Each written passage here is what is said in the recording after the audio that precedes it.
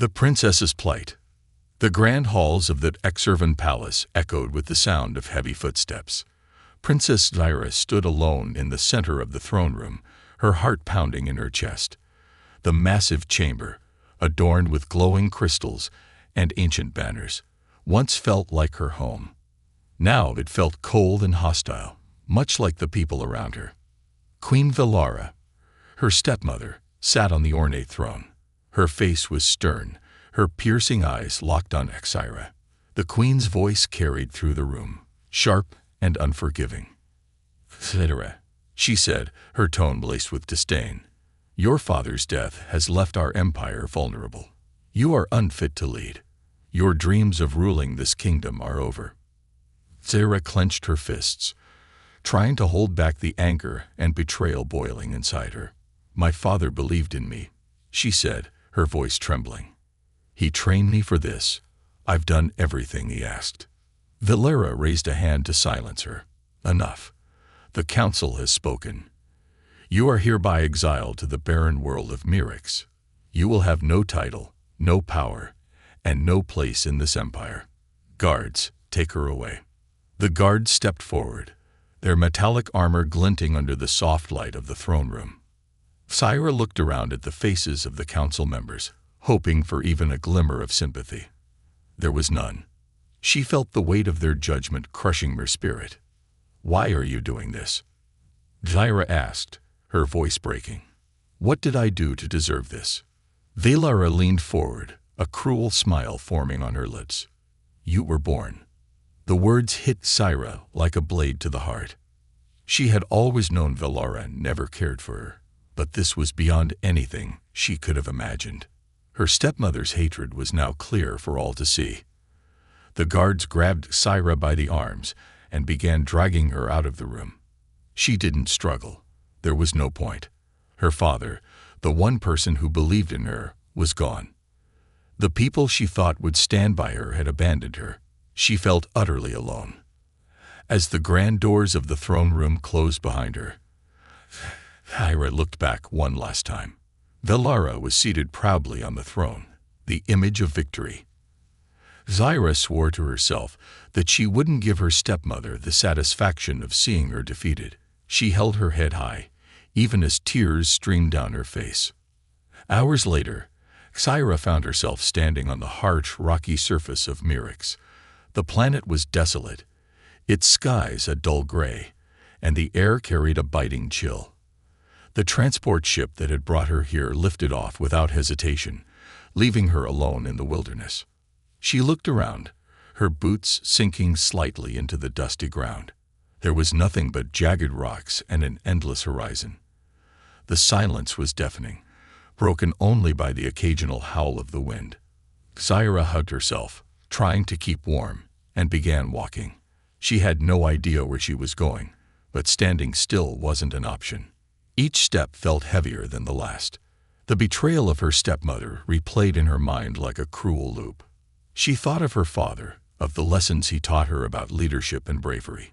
He had always told her she was strong, capable of achieving anything she set her mind to. But now, those words felt like a distant memory, overshadowed by the harsh reality she faced. Hours turned into days. Zyra scavenged for food, finding little more than bitter roots and scraps of alien vegetation. She used the survival training her father insisted she learn, building makeshift shelters and collecting condensation for water. It was hard, but she refused to give up. One night, as she sat by a small fire she had managed to ignite, Zyra gazed at the stars above. Her father used to tell her stories about the constellations, how they guided their ancestors across the galaxy. Now, they felt like the only connection she had to her past. She whispered to herself, "I will survive. I won't let her win." Suddenly, her handheld communication device crackled to life. Startled, Zyra grabbed it and held it close. The signal was faint, the words barely audible, but she could make them out. "If you can hear me, don't give up. Help is coming." Her heart raced. The voice was human, a language she recognized, but rarely heard. Who could it be? How had they found her? Was this a trap set by the Lara to ensure she didn't survive? The static grew louder, and the signal faded. Thyra tried to respond, her hands shaking as she adjusted the device. "Who are you? Where are you?" she asked, her voice filled with desperation. No answer came. The silence returned, but this time it wasn't as suffocating. Someone out there knew she existed. Someone was trying to reach her. For the first time in days, a flicker of hope ignited within her. Zyra stood up, clutching the device tightly. She didn't know what awaited her, but she was determined to find out. The stars above seemed brighter now, as if urging her to keep moving. The princess, cast out and abandoned, took her first steps toward an uncertain future. Little did she know, her journey would change not only her life, but the fate of the galaxy. Meeting the human hero, the faint hum of a starship broke the eerie silence of Myrix's desolate landscape. Zyra's eyes widened as she looked up to see a streak of light piercing the gray skies. It wasn't the sleek design of her people's vessels, nor did it carry the oppressive insignias of the Lara's agents. This ship was old, rugged, and oddly mismatched, its exterior patched with different metals. It was undeniably human. Zyra's hand instinctively moved to her belt, gripping a small blade, the only weapon she had left. She crouched behind a jagged boulder as the ship descended, its thrusters kicking up a whirlwind of dust. The hatch opened with a sharp hiss, and out stepped a man unlike anyone she had ever seen. He wasn't like the statuesque figures of servant royalty or the uniformed soldiers of the Empire. He wore a leather jacket over a faded shirt, his boots scuffed and his hair unruly. A blaster hung loosely at his side, but his posture was relaxed, almost casual, as if he'd just landed for a picnic rather than on a hostile, barren world. "All right, whoever's out here, I got your signal," the man called out, his voice echoing across the rocky plains. He held up a small device, its light blinking in sync with the faint pulse of Zyra's communicator. "You're either in trouble, or this is one heck of a practical joke." Zyra didn't respond.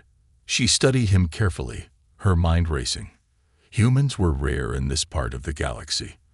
They were considered reckless, unpredictable, outsiders who didn't understand the intricate politics of the Exervan Empire. Yet here was one, standing boldly on a planet where even her own people wouldn't venture without protection. The man scanned the area, his gaze sharp but not unkind. "Look, if this is a trap, you're doing a terrible job. I've got enough fuel to get out of here before anyone can catch me." He paused, then added with a smirk, "But if you're not trying to kill me, maybe we can help each other out." Zyra hesitated. She had no reason to trust him, but she was running out of options. If Valara's agents found her first, she wouldn't stand a chance. Taking a deep breath, she stepped out from behind the boulder, her blade still in hand. The man turned, his eyes meeting hers. For a moment, neither of them spoke. He seemed surprised, though not by her alien appearance. His gaze lingered on her torn royal garments, the dirt smudged on her face, and the determined set of her jaw. "Didn't expect a princess," he said, raising his hands in mock surrender. "Name's Ryan Carter. And you are?" "Exera," she replied cautiously. "Why are you here?" Carter chuckled, lowering his hands. "Straight to the point. I like that. I was passing through when I picked up your distress signal. Figured someone might need a lift." Tira narrowed her eyes. "And what do you want in return?" "Nothing. Yet," he said with a grin. "But I wouldn't mind knowing why a royal like you is stranded on a rock like this. Exile, maybe. Overthrown. Or are you just bad at space navigation?" Her grip tightened on the blade. "That's none of your concern." "Fair enough," Carter said, stepping closer. "But if you don't want to tell me, that's your business. My business is making sure we both get off this planet alive. Deal?" Zyra studied him. He didn't act like anyone from her world. No formalities, no hidden agendas she could detect. There was an honesty in his eyes that unnerved her. Still, she couldn't ignore the opportunity he offered. Reluctantly, She lowered her weapon. Deal. Carter nodded and motioned toward his ship. Good choice. Let's get moving before someone unfriendly decides to drop by. As they approached the vessel, Thyra couldn't help but notice its patchwork construction. The ship looked like it had been through more battles than she could count, yet it held together, a testament to human ingenuity. Inside, the ship was cluttered but functional, with blinking lights, scattered tools, and a faint smell of burnt circuits. Carter moved to the cockpit, flipping switches and tapping on a cracked display screen. Not the royal cruiser you're used to, huh? He said, catching her curious glance. It's different, Thyra admitted, choosing her words carefully. Carter smirked. Different is good. Keeps things interesting. As the ship lifted off, Thyra settled into a seat, her mind racing with questions. Who was this human, really? And why was he helping her? Carter broke the silence. So, Thyra, wherever you're running from must be serious. Mind giving me a hint? Might help me avoid getting shot at. She hesitated, then decided to test him. Do you know who Queen Valara is? Carter's expression darkened. Yeah, I've heard of her. Ruler of Servan, right? Not exactly known for her kindness. Let me guess, she's the reason you're out here. Thyra nodded, her voice quiet. She wants me dead. Carter whistled. Well, that complicates things. He leaned back in his chair, his casual demeanor returning. Don't worry, princess. I've handled worse. For the first time in days, Thyra felt a flicker of hope. She didn't trust him fully, not yet. But there was something about Ryan Carter that made her believe she might survive this after all. Little did she know, this unlikely alliance would change both their lives in ways neither could have imagined. A dangerous escape. The silence of deep space was shattered by the blaring of alarms inside Carter's patched-up starship. Thyra gripped the edges of her seat, her pulse racing as red warning lights flickered across the cockpit. What's happening? She shouted over the chaos. Carter, seated at the controls, was furiously flipping switches and pulling levers. His usual relaxed demeanor was gone, replaced by sharp focus. We've got company, he said through gritted teeth, and judging by those readings, they're not here for tea and cookies. Thyra glanced at the display screen. A fleet of sleek, black ships was rapidly closing in on them. The symbols on their hulls were unmistakable. Valara's elite hunters. They found me.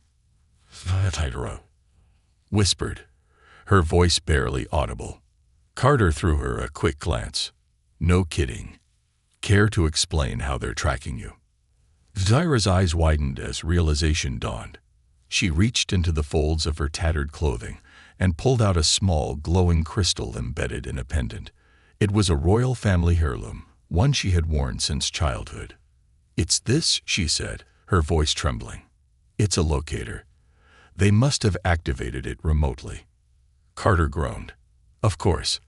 Nothing like a flashing neon sign to ruin a good escape. He snatched the pendant from her hands and tossed it into a small containment pod. We'll deal with that later. Right now, hold on tight. With a flick of a switch, the ship lurched forward, its thrusters roaring to life. The hunters behind them wasted no time, firing streaks of plasma that lit up the void. The first shots missed, but they were getting closer with each volley. Can't this ship go faster? Thyra asked, gripping her seat as the vessel jolted from another near miss. Faster. Carter shot back, his hands dancing over the controls. Lady, this ship's held together with duct tape and dreams. Be grateful it's moving at all.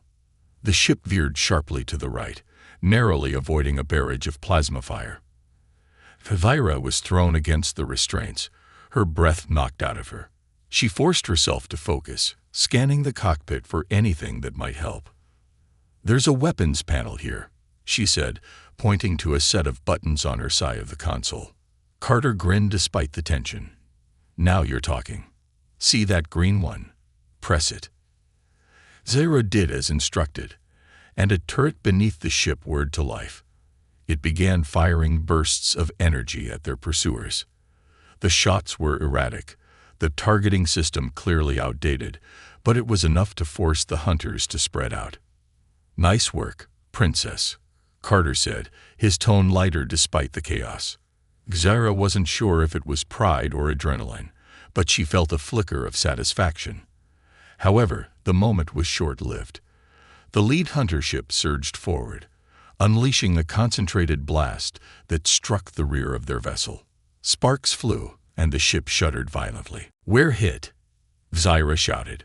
"No kidding," Carter snapped, frantically adjusting the controls. "Hang on, we're going to try something stupid."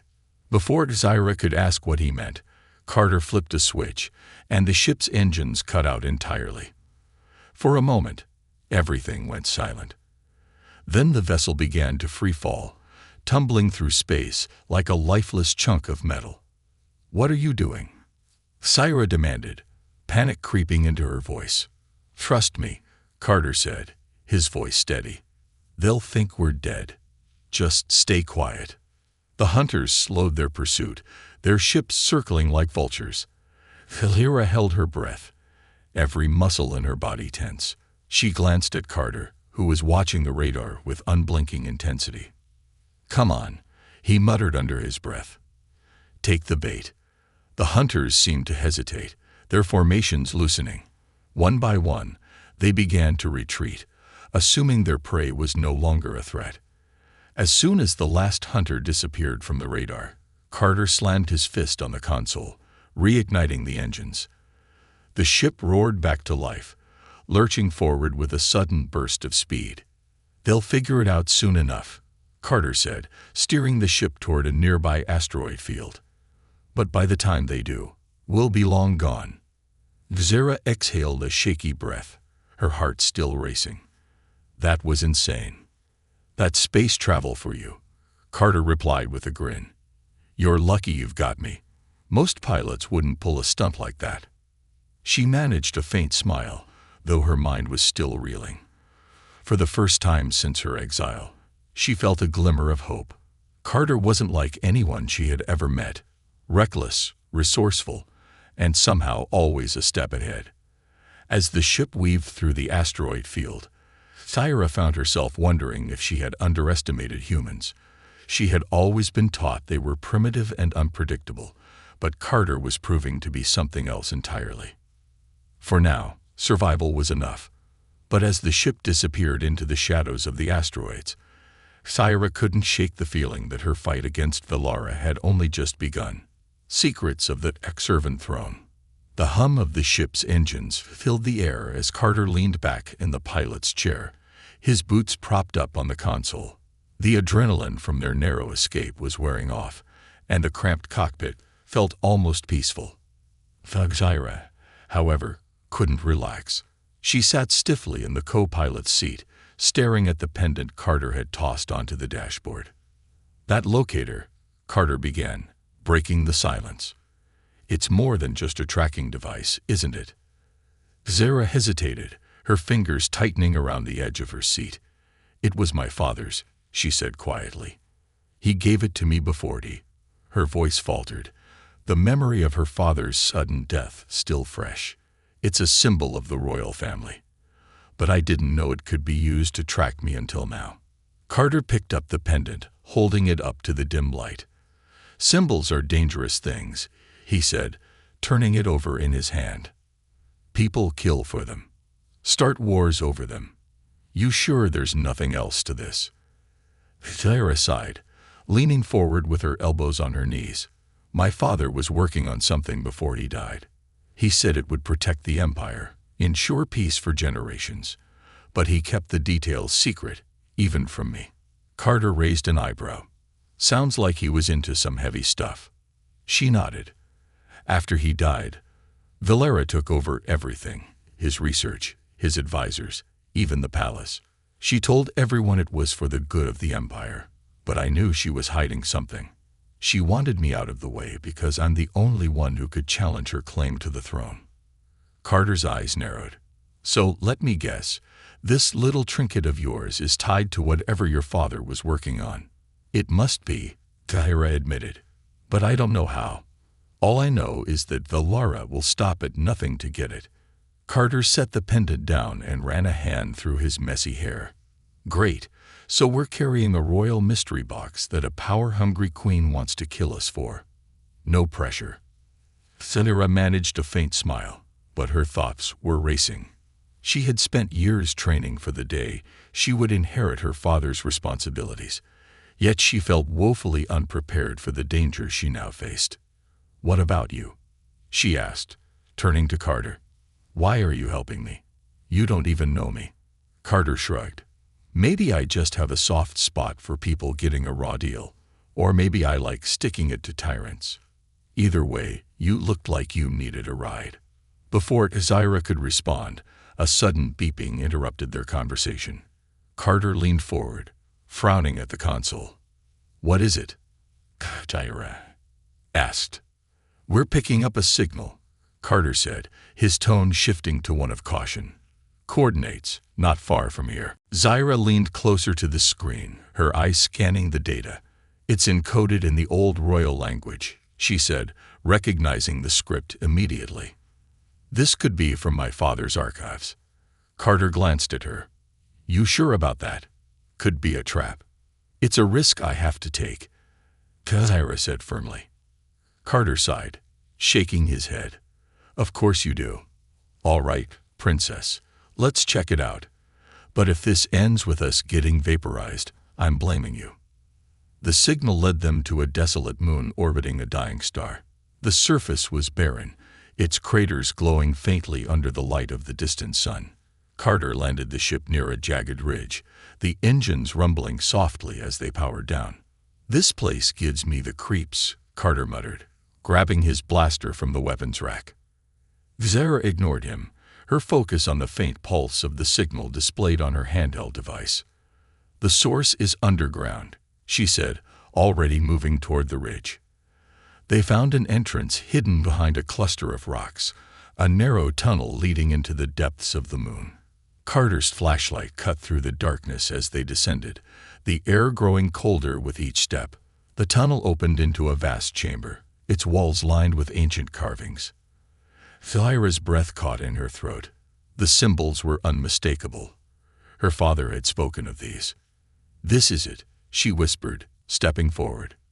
In the center of the chamber stood a pedestal, and atop it lay a small metallic cube. The device pulsed with a faint, golden light, as if alive. "What is that?" Carter asked, his voice echoing. Zaira reached out to touch it, her fingers trembling. "It's the key," she said. "My father spoke of this. He said it could unlock the greatest secret of our people." Before she could explain further, the sound of footsteps echoed behind them. Carter spun around, his blaster drawn. "Looks like we've got company," he said, his voice low. Valara's agents had arrived. Their weapons glinted in the dim light, their faces hidden behind sleek, black helmets. Zaira grabbed the cube, its warmth surprising her. "We can't let them take this," she said. Carter grinned, his blaster aimed. "Then let's make sure they don't." The chamber erupted into chaos as the agents attacked, plasma bolts flying in every direction. Zaira clutched the cube tightly, her heart pounding as she followed Carter's lead. The secret of her father's work was now in her hands, but she knew the fight for it was far from over. The forbidden planet. The coordinates from the ancient cube led them to a planet that wasn't on any star maps. Its name, or perhaps its warning, was etched into the cube itself, Arcanus Prime. The atmosphere shimmered with an unnatural glow, casting hues of blue and gold across the dense clouds. Zaira and Carter exchanged uneasy glances as the ship descended through the thick, turbulent air. "This place doesn't look like a vacation spot," Carter muttered, gripping the controls tightly as the ship bucked against the winds. "It isn't," Zaira said, her voice heavy with reverence. "My father told me stories about Arcanus Prime. It's a sacred place, forbidden to all except the rulers of Exervan. They say it holds secrets that could destroy entire civilizations." Carter raised an eyebrow. "Great. Another cheerful stop on this death tour. Let's hope it doesn't live up to the hype. The ship touched down in a clearing surrounded by towering crystalline trees, their sharp edges refracting light in every direction. As the engines powered down, an eerie silence enveloped them. There were no signs of life, not even the hum of insects or rustle of wind. Carter grabbed his blaster, while Sarah secured the cube in a protective casing. "If this is forbidden, why would your father leave clues leading here?" Carter asked, his voice low as they stepped onto the planet's surface. "Because this is where the artifact is hidden," Kyra replied, scanning the horizon. "The one Valara wants. The one my father died protecting." The journey into the heart of the planet was unlike anything Carter had ever experienced. The ground beneath their feet glowed faintly, pulsing in rhythm with an unseen energy. The air seemed thicker here, charged with an electric tension that made every step feel heavier. As they moved deeper into the crystalline forest, Cyrus' communicator buzzed softly. She frowned, pulling it out to check the signal. "Something's interfering with our systems," she said, her voice tinged with worry. "Maybe it's the planet," Carter suggested. "Or maybe—" He trailed off, his instincts kicking in. He stopped abruptly, his hand raised to signal Kyra. "What is it?" she whispered. Carter scanned the area, his eyes narrowing. "We're not alone." From the shadows, figures began to emerge, tall, metallic constructs with glowing eyes. Their movements were precise, almost mechanical, but their design was far more advanced than anything Carter or Xera had seen before. "The Guardians," Xera breathed. "The what now?" Carter asked, his grip tightening on his blaster. "They were said to be the protectors of this planet," Xera explained hurriedly. "My father believed they were ancient machines left behind by an extinct race to guard their secrets." "Great," Carter said, raising his weapon. "And do these Guardians shoot first, or are they the chatty type?" Before Xera could answer, one of the constructs raised its arm, and a beam of energy shot past them, narrowly missing Carter's head. "Guess that answers that," he shouted, diving for cover. Xera clutched the cube tightly as the Guardians advanced. "They're protecting the artifact," she said, her mind racing. "They must think we're a threat." Carter fired a few shots, but the energy blasts barely left a mark on the construct's armored shells. "Any bright ideas, Princess?" Xera's eyes darted to the cube in her hands. It was glowing faintly, its patterns shifting as if responding to the Guardians. "The cube," she said. "It's a key. I think it's the only thing that can stop them." "Well, then use it," Carter yelled, rolling out of the way as another beam scorched the ground where he'd been standing. Xera took a deep breath and held the cube aloft. Its light grew brighter, casting intricate patterns onto the surrounding trees. The Guardians froze mid-step, their glowing eyes dimming as if recognizing the artifact. Slowly, the largest of the constructs stepped forward. It lowered its head, emitting the deep, resonant tone that vibrated through the air. The other Guardians followed suit, forming a path that led deeper into the forest. "I think they want us to follow," Tyra said, her voice filled with wonder. Carter stood, brushing dust off his jacket. "Let's hope this isn't a trap. Lead the way, Your Highness." The path led to a massive structure carved into the side of a mountain. Its surface was smooth and black, absorbing the light around it. Symbols from the cube were etched into the walls, glowing faintly as Tyra approached. "This is it," she whispered, placing the cube into a recessed slot on the door. The ground rumbled, and the doors slowly slid open, revealing a chamber bathed in golden light. At its center stood a pedestal, and atop it rested the artifact, a pulsating sphere of energy that seemed almost alive. Xera stepped forward, her heart pounding. "This is what my father was protecting. The source of our empire's power. He said it could unify the galaxy or destroy it." Carter hung back, his hand resting on his blaster. "And Valara wants it for option 2, I'm guessing." Xera nodded, her resolve hardening. "We can't let her have it." Before they could decide their next move, the faint sound of approaching footsteps echoed from the tunnel behind them. Carter's eyes narrowed. "Looks like we've got more uninvited guests." Syra turned, determination burning in her eyes. "Then we'll make our stand here. Valara can't have this." As the artifact's light filled the chamber, the stage was set for a confrontation that would decide not only Syra's fate, but the fate of the galaxy itself. The final confrontation. The air inside the chamber buzzed with an otherworldly energy as the artifact pulsed on its pedestal, casting long shadows across the golden walls. Ira stood in front of it, her heart racing as footsteps grew louder from the tunnel behind them.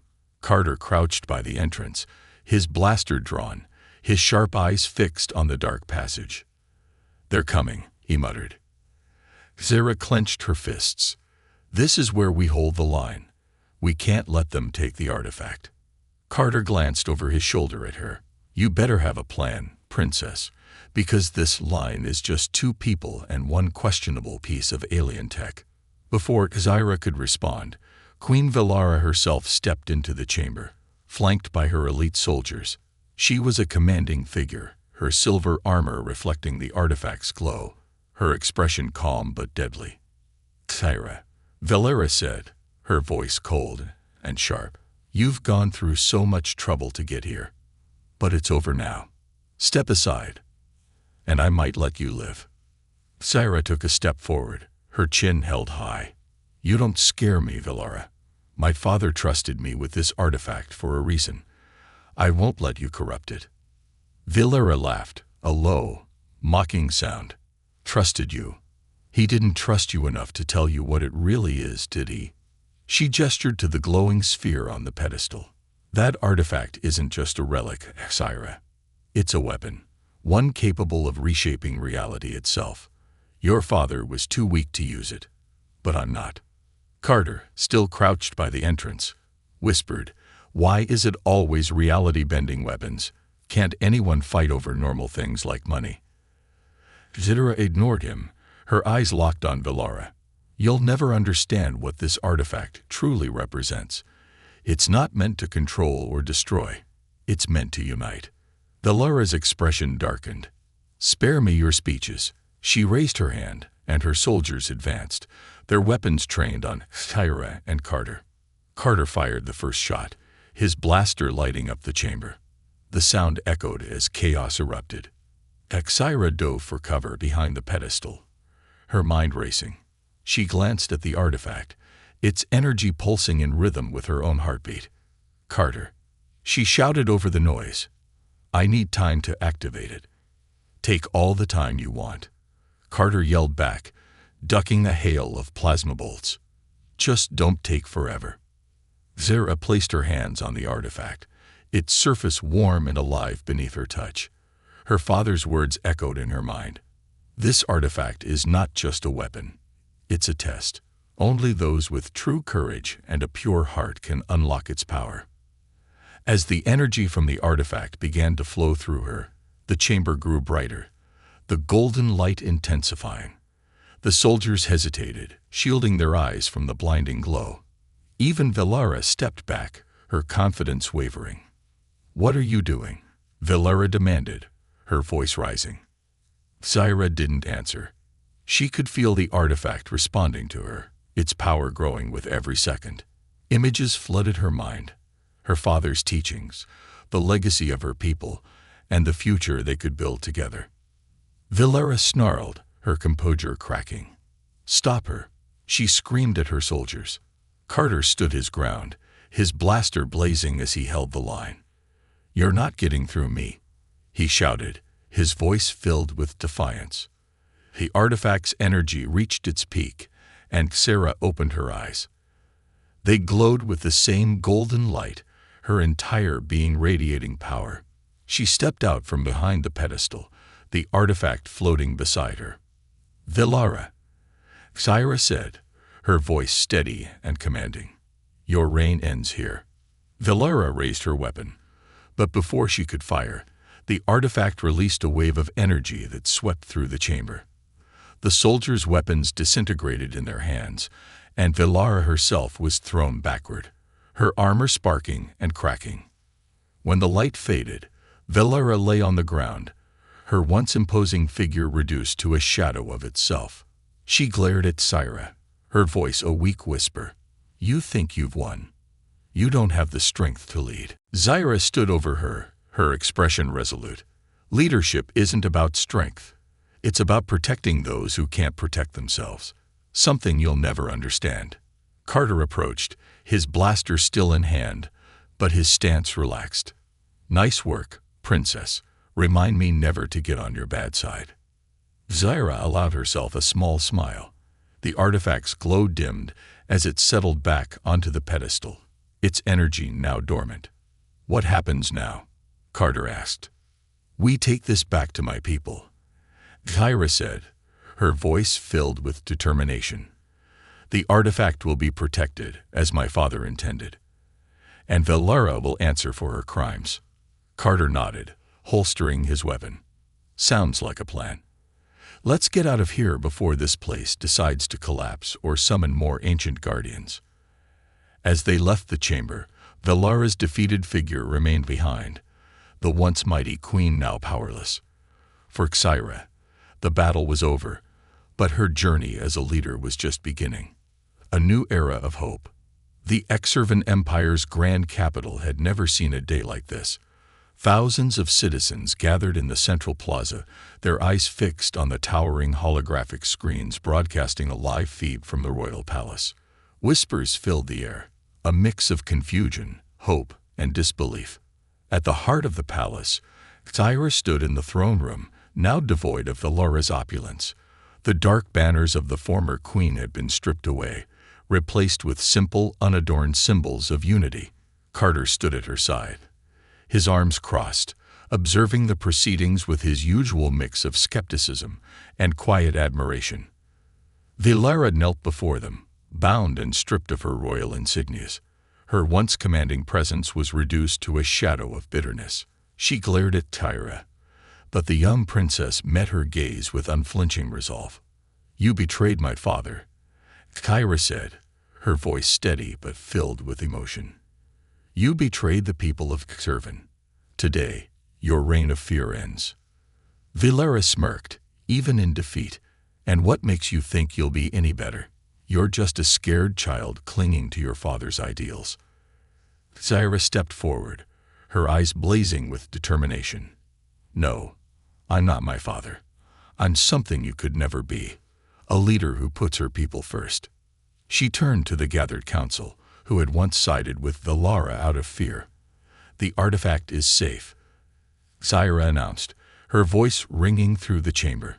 "It will no longer be a tool of power or destruction. Instead, it will serve as a symbol of unity, a reminder of what we must protect together." The council members exchanged uncertain glances, but one by one, they began to bow their heads in respect. Later that evening, Syra and Carter stood on the balcony overlooking the plaza. The crowd below erupted into cheers as Syra stepped into view.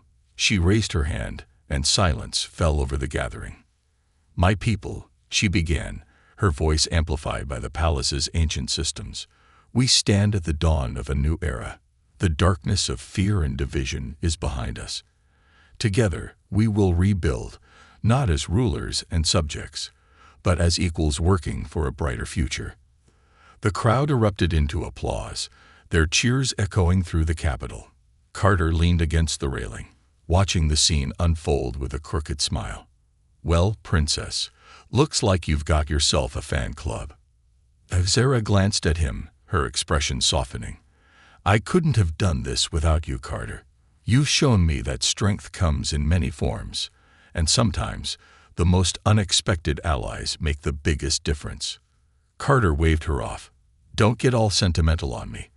I'm just a guy with a ship and a knack for trouble." She laughed, a sound that carried the weight of relief and hope. "Even so, you're part of this now. You're always welcome here, Carter."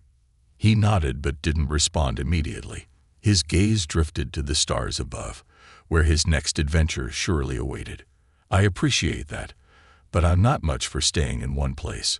There's a whole galaxy out there full of people who could use a little help." Saira understood. "Then go," she said. "But know that you'll always have a home here." Carter extended a hand, and Sarah shook it firmly. "Take care of yourself, Princess," he said with a grin. "Try not to get exiled again." "I'll do my best," she replied, smiling. As Carter's ship disappeared into the horizon, Saira turned back to the crowd, her heart full of purpose. The trials she had faced had forged her into a leader, but they had also shown her the value of trust and cooperation. From that day forward, the Exervan Empire began to change, guided by a ruler who had learned the strength of humility and the courage to stand against tyranny. And though Carter was gone, his impact remained, a reminder that even the smallest spark could ignite a revolution. Above, the stars shone brighter, as if the galaxy itself was watching the birth of a new era. Adhira raised her head, her gaze fixed on the infinite expanse. This was only the beginning.